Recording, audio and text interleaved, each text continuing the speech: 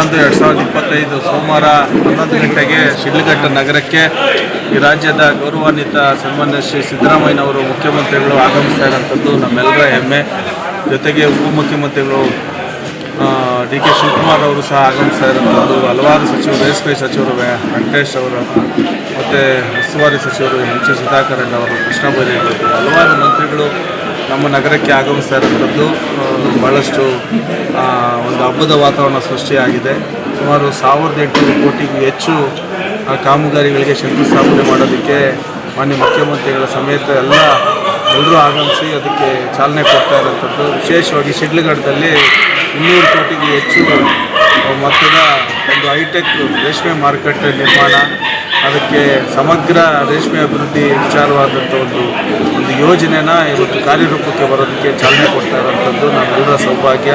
ಎಲ್ಲ ರೇಷ್ಮೆ ಕೃಷಿಕರಲ್ಲಿ ಮತ್ತು ರೀಲರ್ಸಲ್ಲಿ ಒಂದು ಸಂತಸ ಮೂಡಿರೋಂಥದ್ದು, ಮತ್ತು ಭವಿಷ್ಯದಲ್ಲಿ ರೇಷ್ಮೆ ಉಳಿಸೋಂಥದ್ದು ಈ ಭಾಗದ ರೈತರ ರೀಲರ್ಸ್ನ ಹಿತ ಕಾಯುವಂಥದ್ದು ಆಗಿರ್ತದೆ. ಅದರಿಂದ ಎಲ್ರಿಗೂ ಶುಭ ಆಗಲಿ ಅಂತೇಳಿ ನಮ್ಮ ಭಾವನೆ. ಅದ್ರ ಜೊತೆಗೆ ಹಲವಾರು ನೀರಾವರಿ ಯೋಜನೆಗಳು ಮತ್ತು ಹಲವಾರು ಕಾಮಗಾರಿಗಳ ಒಂದು ಪ್ರಯತ್ನವೂ ಸಹ ಕುದಲಿ ಪೂಜೆ ಮಾಡ್ತಾ ಇರೋಂಥದ್ದು.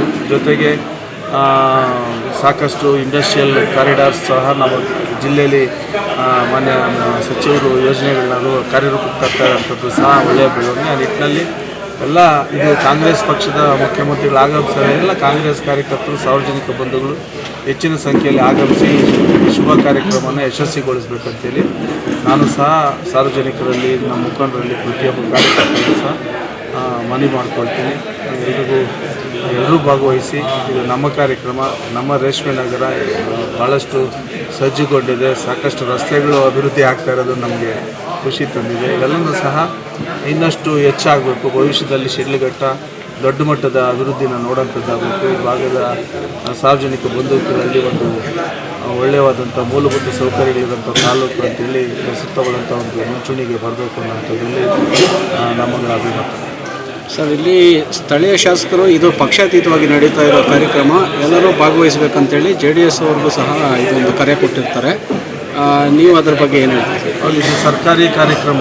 ಈಗ ರಾಜ್ಯದ ಮುಖ್ಯಮಂತ್ರಿಗಳು, ಕಾಂಗ್ರೆಸ್ ಪಕ್ಷದ ಮುಖ್ಯಮಂತ್ರಿಗಳು ಸ್ಥಳೀಯವಾಗಿ JDS ಪಕ್ಷದ ಶಾಸಕರಾಗ್ತದ್ದು. ಹಾಗಾಗಿ ಅವರ ಕಾರ್ಯಕರ್ತರಿಗೂ ಅವರು ಕರೆ ಕೊಟ್ಟಿರ್ತಾರೆ. ನಾವು ಕಾಂಗ್ರೆಸ್ ಪಕ್ಷದ ಮಂತ್ರಿಗಳು ಮುಖ್ಯಮಂತ್ರಿಗಳು, ಉಪಮುಖ್ಯಮಂತ್ರಿಗಳು ಬರ್ತಾರೆ. ಎಲ್ಲ ಕಾಂಗ್ರೆಸ್ ಪಕ್ಷದ ಕಾರ್ಯಕರ್ತರು ಸಹ ಒಗ್ಗೂಡಿ ಈ ಕಾರ್ಯಕ್ರಮದಲ್ಲಿ ಭಾಗವಹಿಸ್ತಾ ಇರೋದ್ರಿಂದ ಇದು ಯಶಸ್ಸಾಗಲಿ ಅಂತೇಳಿ ಒಂದು ಭಾವನೆ. ಸರ್, ನಮ್ಮ ಕಡೆಯಿಂದ ಎಷ್ಟು ಜನ ಈ ಒಂದು ಕಾರ್ಯಕ್ರಮಕ್ಕೆ ಸುಮಾರು ಒಂದು 15,000ಕ್ಕೂ ಹೆಚ್ಚು, ಒಂದು 20,000 ಜನವರೆಗೂ ಸಹ ನಾವು ಬರೋಂಥದ್ದು ಒಂದು ಗುರಿನ ನಮ್ಮ ಮಂತ್ರಿಗಳು ನಮಗೆ ಟಾಸ್ಕ್ ಕೊಟ್ಟಿರ್ತಾರೆ. ಅದರ ಪ್ರಯತ್ನವಾಗಿ ನಾವು ಸಹ ಪ್ರಯತ್ನ ಮಾಡ್ತಾಯಿದ್ವಿ.